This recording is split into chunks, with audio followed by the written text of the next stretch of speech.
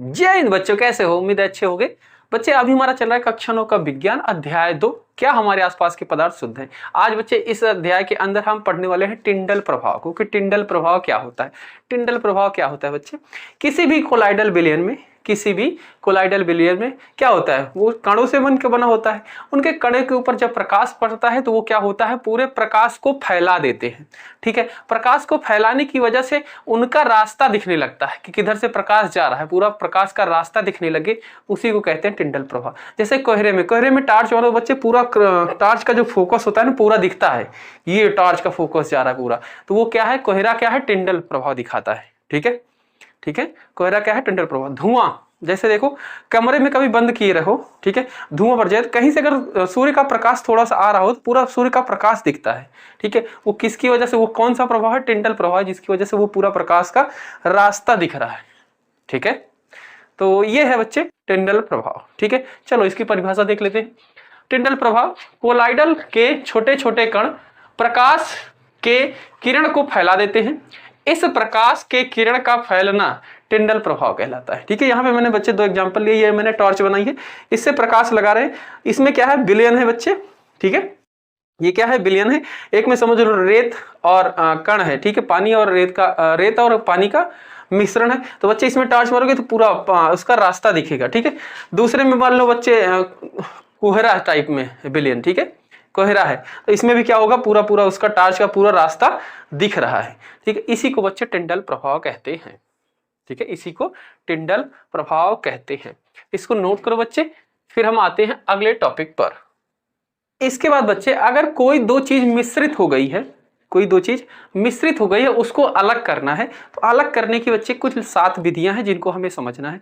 मिश्रित कैसे, जैसे बच्चे हमारे घर में होता है ना, जैसे गेहूं होता है, गेहूं में कंकड़ पत्थर रहता है, घर पे क्या करते हैं हमारे मम्मी लोग, वो क्या करते हैं, सूप लेते हैं, सूप में ऐसे ऐसे करके कंकड़ को अलग कर देते हैं, गेहूं को अलग कर देते हैं, या चुग के अलग कर देते हैं। ठीक है, तो वो क्या हुआ, मिश्रित हुआ, तो उसको अलग करने की एक तरीका ही है। ठीक है, तो इसी तरीके से बच्चे, कोई दो चीज, मान लो चीनी और पानी, शरबत बना हुआ है, ठीक है, मान लो किसी कारणवश आपको उनको अलग करना है, तो अलग कर सकते हो क्या? हाँ, अलग कर सकते हैं। कैसे? शरबत जो बना है उसको आप बॉयल करना शुरू कर दो। बॉयल करोगे, क्या हो जाएगा, पानी क्या हो जाएगा, वाष्पीकृत होकर उड़ जाएगा। ठीक है, भगोने में आपके क्या बच जाएगा, चीनी बच जाएगा, ये हो गया, अलग हो गया। ठीक है, तो ये कौन कौन सी विधियां हैं बच्चे, उसको सबसे पहले देख लेते हैं, फिर हम एक एक विधि को आपको समझाएंगे कैसे कौन सी है। ठीक है, मिश्रण के घटक को पृथक करने की निम्न विधियां हैं। घटक बोलते हैं बच्चे कोई भी मिश्रण, जिस भी चीजों से मिलकर बना वो उसके घटक होगा। ठीक है, जैसे शरबत की बात करें तो शरबत में बच्चे पानी, चीनी, ये क्या हुए, इसके घटक हुए। अगर नींबू डाल रखा है तो नींबू भी उसका घटक हो गया। ठीक है, नमक डाल रखा है तो नमक भी उसका घटक हो गया। ठीक है, तो वो क्या है, इसके घटक होते हैं। उनको अलग करने के, मिश्रण के घटकों को पृथक करने, पृथक मतलब अलग करने की निम्न विधियां हैं। सबसे पहली है वाष्पीकरण, ठीक है, दूसरी है अपकेंद्रण, तीसरी है पृथक्करण, चौथी है ऊर्ध्वपातन, और पांचवी है क्रोमेटोग्राफी, छठी है आसवन विधि, और 7वीं है क्रिस्टलीकरण विधि। ठीक है, अब बच्चे इसको आप एक बार स्क्रीनशॉट करके नोट कर लो, फिर हम एक एक विधि को समझाते हैं और नोट कराते चलते हैं। तो बच्चे सबसे पहला वाष्पीकरण। वाष्पीकरण क्या है बच्चे, कोई द्रवित पदार्थ है, ठीक है, आपको उसको अलग करना है। जैसे शरबत का एक एग्जांपल आप ले सकते हो, उदाहरण। ठीक है, या फिर बच्चे जो शादियों में क्या होता है, आपके घर पे चाशनी बच जाती है ना, चाशनी, अक्सर घरों में क्या होता है, जब मिठाई बनता है, रसगुल्ले बनते हैं, तो उसकी चाशनी घर पे बच जाती है, तो उसको भी हम अलग करते हैं। उसमें से हम चीनी निकालते हैं। कैसे, क्या करते हैं घर वाले, हमें उसको चूल्हा पे रख देते हैं और फिर उस पर आग लगा देते हैं। ठीक है, धीरे धीरे आग जलती रहती है और क्या होता है, चाशनी धीरे धीरे गर्म होती रहती है। गर्म होते हैं के साथ साथ चाशनी में जो पानी मिला होता है वो क्या होता है, वाष्पीकृत हो जाता है। वाष्पीकृत होते होते वो एक टाइम ऐसे आ जाता है उसमें पानी की मात्रा बिल्कुल खत्म हो जाती है, और फिर हम उसको उतार के अलग रख लेते हैं और फिर ठंडा कर लेते हैं। ठंडा करने के बाद हमें क्या मिल जाता है, उसमें से चीनी मिल जाती है। ठीक है, तो ये भी क्या है, वाष्पीकरण विधि है। ठीक है, तो ये इसमें एक ऐसे उदाहरण चाहो तो बना लो। मान लो एक हमारा बीकर है, एक छोटा सा एग्जांपल ऐसे समझने के लिए बना लेते हैं। ये क्या है, हमारा एक मान लो चूल्हा है, यहाँ पे नीचे क्या रख रही है, आग हमने जला दी है। ठीक है, इसके अंदर क्या रखा हुआ है, मान लो इसमें ए और बी, कोई 2 पदार्थ हैं। ठीक है, जो एक क्या होगा, वाष्पीकृत, वाष्पशील होगा, जिसको गर्म करने पे भाप बनेगा। ठीक है, तभी गर्म किया जा सकता है। ठीक है, तो ये क्या है, कोई दो पदार्थ है जो मिलाया गया, जिसमें से एक पदार्थ क्या है वाष्पशील है, दूसरा वाष्पशील नहीं है, मतलब उसको गर्म तो करो तो भाप नहीं बनेगा।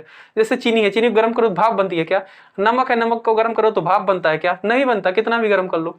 ठीक है, तो इसमें पानी क्या होगा, जब गर्म करोगे तो पानी तो भाप बन के उड़ जाएगा, चीनी क्या हो जाएगी, बच जाएगी। तो इसमें लिख लो ए क्या है, पानी है, ठीक है, और बी को मान लो चीनी है, चीनी है। ठीक है, अब जब हम इसको गर्म करेंगे तो क्या होगा, ये तो बच्चे भाप बन के धीरे धीरे उड़ता चला जाएगा। ठीक है, और लास्ट में क्या बचेगा, इसके अंदर बी ही बच जाएगा। तो यही है वाष्पीकरण विधि। ठीक है, तो क्या है बच्चे वाष्पीकरण में, इस विधि में द्रवित पदार्थ को गर्म करके वाष्पीकृत कर दिया जाता है। ठीक है, जो द्रवित पदार्थ है, जो द्रव है, उसको गर्म करके वाष्पीकृत कर देते हैं, बाकी जो दूसरा पदार्थ है वो आपका मिल जाता है वैसे का वैसे, ठोस हो तो ठोस मिल जाएगा। ठीक है, ठीक है, उम्मीद है समझ में आई बच्चे, स्क्रीनशॉट ले लो इसका। ठीक है, अच्छा बच्चे, इसका उपयोग क्या होता है वाष्पीकरण का, इसको उपयोग, ठीक है, इसका उपयोग डेली लाइफ में कैसे किया जाता है उपयोग, तो बच्चे आपको पता होगा।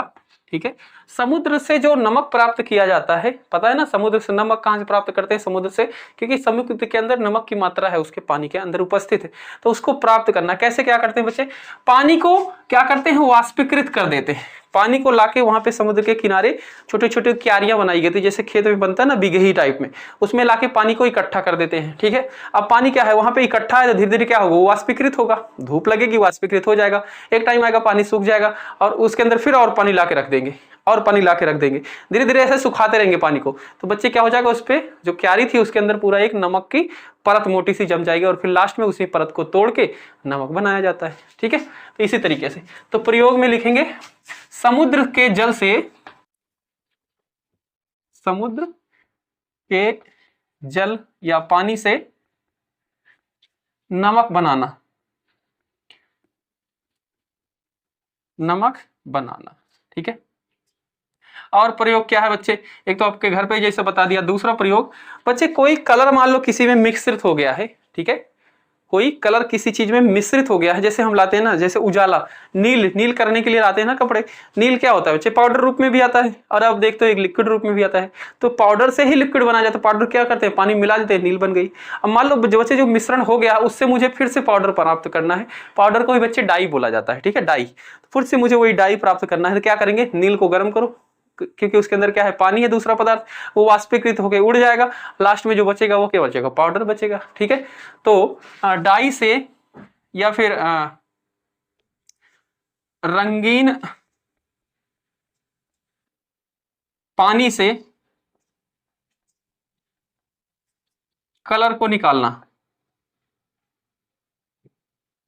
कलर, रंगीन पानी से रंग निकालना, रंग को निकालना। ठीक है, उसके अंदर भी इसका उपयोग किया जाता है। तो बच्चे ये दो इसके उपयोग हैं, इसको नोट कर लो।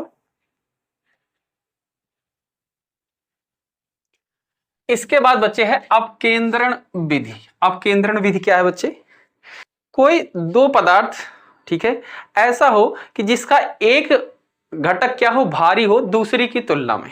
ठीक है, एक घटक क्या हो, भारी हो दूसरे की तुलना में, तो क्या होता है, उसको हम अपकेंद्रण विधि लगाते हैं, मतलब उसको हम मथते हैं। मथने का मतलब क्या है, अपकेंद्रण क्या होता है, पहले बच्चे ये समझो, किसी पत्थर के टुकड़े को अगर आप रस्सी से बांध के ऐसे से घुमाओ, ठीक है, तो वो एक बल लगाता है, वो क्या होता है, बाहर की तरफ जाना चाहता है। ठीक है, वो एक बल लगाता है, उसी को बोलते हैं अपकेंद्रण।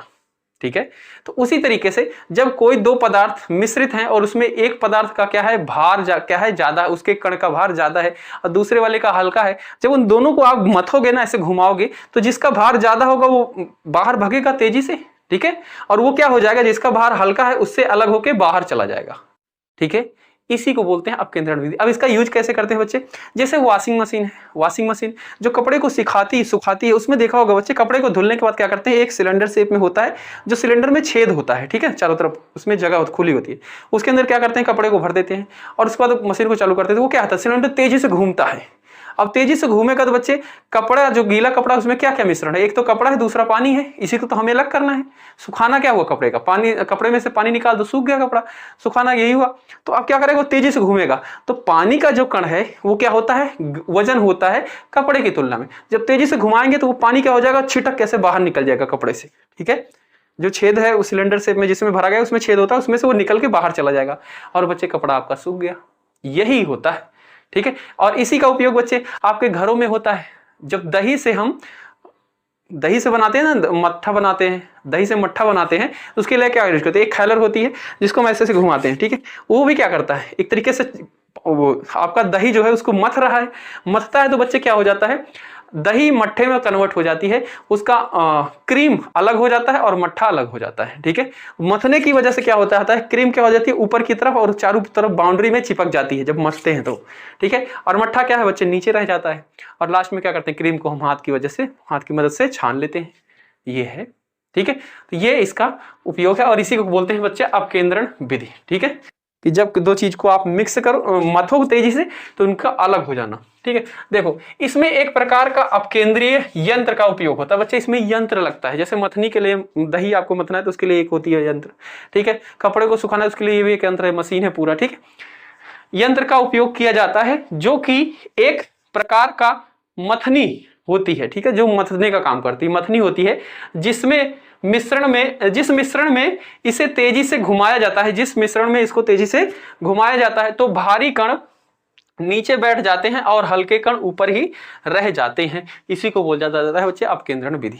इसका उपयोग क्या है बच्चे, जांच प्रयोगशाला में रक्त और मूत्र के जांच में, ठीक है। आप जब बीमार होते हैं तो आपको क्या लगते हैं, सैंपल लेते हैं बच्चे, खून लिया जाता है, मूत्र लिया जाता है और उसका चेक किया जाता है कौन सी बीमारी है। तो जब उसको ले जाते हैं लैब में जहाँ पे चेक करने के लिए, वहाँ पे बच्चे एक मशीन होती है, आपके सैंपल को वो डिब्बी में ऐसे रखते हैं, लंबी सी होती है, उसके अंदर रखते हैं, उसको मशीन के अंदर डालते हैं, उसको तेजी से घुमाते हैं ताकि उसके जो कण है ना अलग अलग हो जाए और उसी के ऊपर वो जांच करते हैं, ठीक है।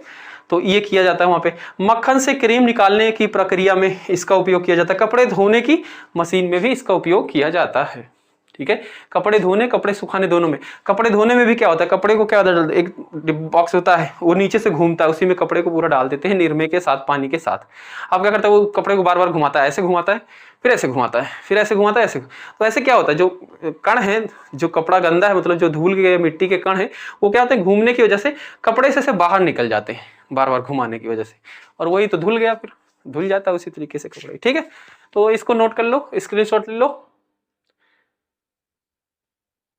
तो बच्चे इस वीडियो में इतना ही, हमने 2 विधियां पढ़ी हैं, आपको बताया, ठीक है। अपकेंद्रण विधि, वाष्पीकरण विधि क्या होती है। मिलते हैं अगली वीडियो में। जय हिंद, जय भारत प्यारे बच्चों।